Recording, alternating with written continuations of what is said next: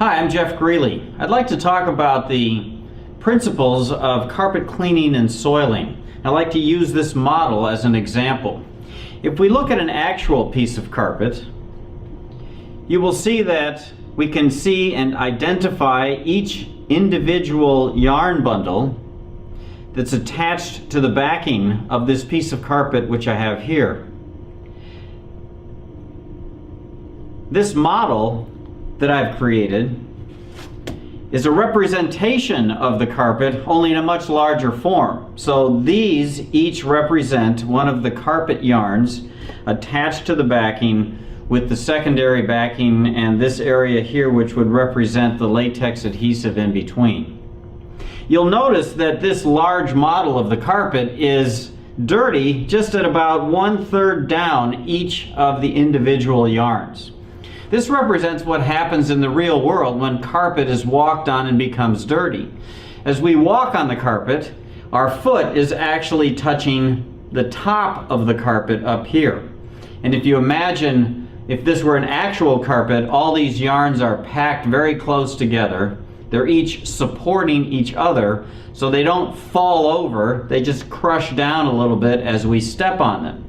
And of course, we're carrying in dirt and grease and oil on our shoes. We step on this part of the carpet and that dirt and that grease and oil becomes attached to this part of the carpet yarn. It doesn't work its way down, it stays near the surface.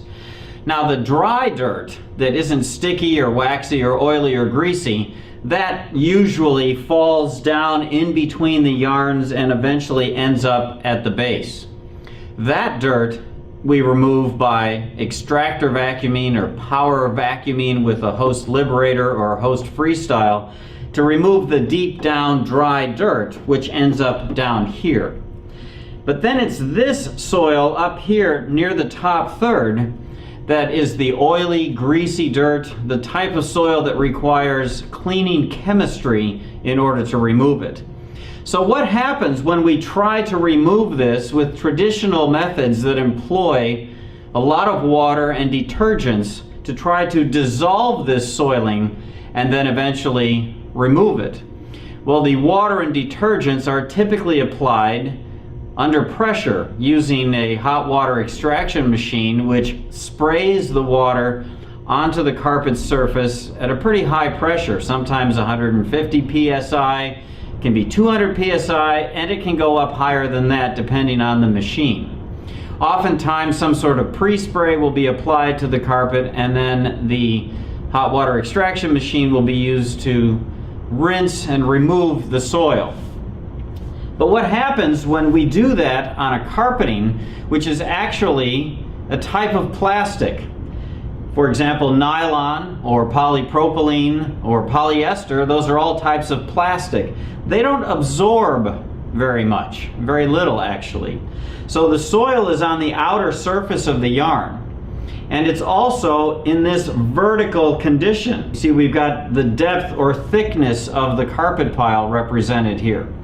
So as we apply liquid under pressure, the liquid with the detergents is going to do its job, which is to dissolve the soiling.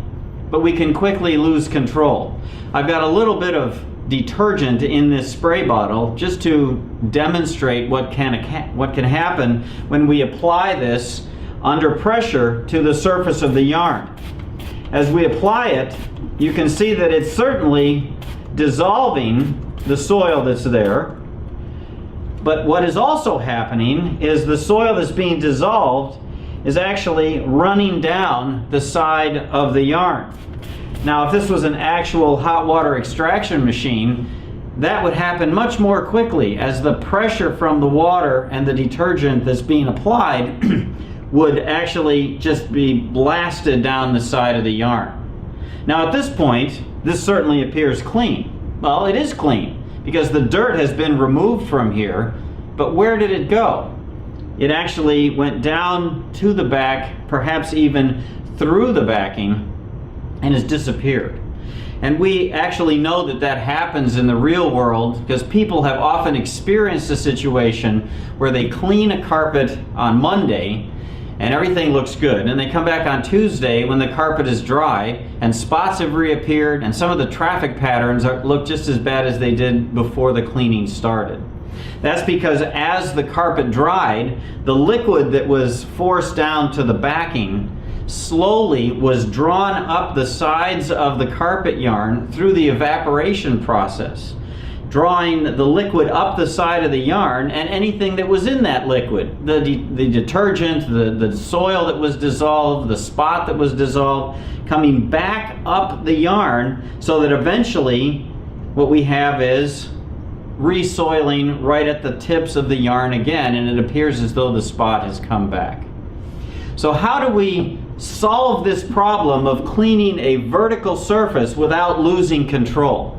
Well, with the hose system, what we've done is we've put the liquid part of the cleaning ingredients into a small package, or as we like to call it, a little sponge.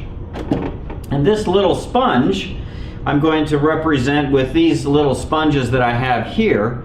And you all know how a sponge works. If it's dry, it doesn't clean anything.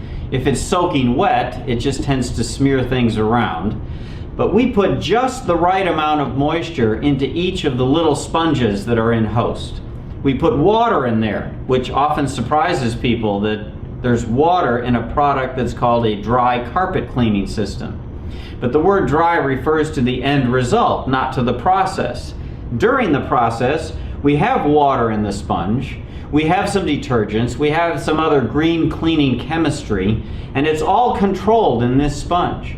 So when we apply that to the carpet, after we have done the power vacuuming of the carpet, the liquid is controlled in the sponge. You'll see it's not running away from us. It's actually waiting for us to put it to work. And how do we put it to work? With the brushing action of the Host machine. The Host machine has two counter-revolving brushes that work this way. They're going towards each other, and by doing that, what they actually do is they pick up these sponges, carry them down and into the carpet and back up, and down and back up. And by doing that, here's what happens. Just like I'm holding one in my hand here, the brushing action causes the sponge to be drawn up the side of the yarn, and you'll see what happened. The soil was dissolved there, and where did it go? It went into the sponge. We didn't lose it into the base of the carpet. It's immediately dissolved and then absorbed by the little sponge. And as we continue to recirculate the sponges with the brushing action of the machine, you continually, we'll try it again, continually remove the soil that's there. It's trapped in the sponge. It's held there until once you've finished your brushing action, not only brushing in a north-south direction, but also in an east-west direction, so that we get all around and in between all of the individual carpet yarns. When we're done with all of that brushing and we see that the sponges have changed color like this, all we need to do is turn on the vacuum of the extractor vac machine, the Liberator or the Freestyle, vacuuming or extracting these sponges, which take the dirt with them and get them out of the carpet. So now there's no soil on the surface of the yarn. We have not left any detergent residue in the carpet. We've not lost anything to the base of the carpet. And we actually have a carpet that is dry, clean, and ready to be walked upon again.